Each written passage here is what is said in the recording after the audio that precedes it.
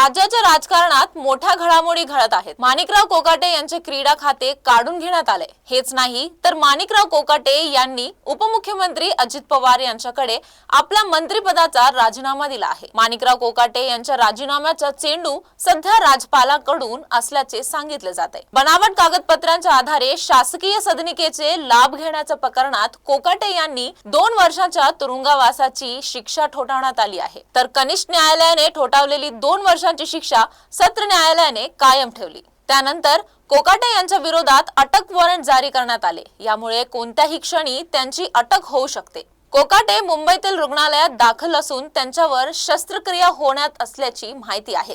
कोकाटेंविरोधात अटक वॉरंट जारी झाल्यानंतर ते राजीनामा कधी देणार यावरून चर्चा रंगताना दिसल्या। माणिकराव कोकाटे यांच्या खाते काढण्याबाबत मुख्यमंत्री देवेंद्र फडणवीस यांनी राज्यपालांकडे शिफारस केली होती। राज्यपालांनी ही शिफारस मान्य देखील केली। आता कोकाटे आपल्या पदावरून पायउतार झाले आहेत। रिक्त झालेल्या क्रीडा खात्याची जबाबदारी उपमुख्यमंत्री अजित पवार यांनी घेतली आहे। काही दिवस त्यांच्याकडेच ही मंत्रिपद असणार आहे।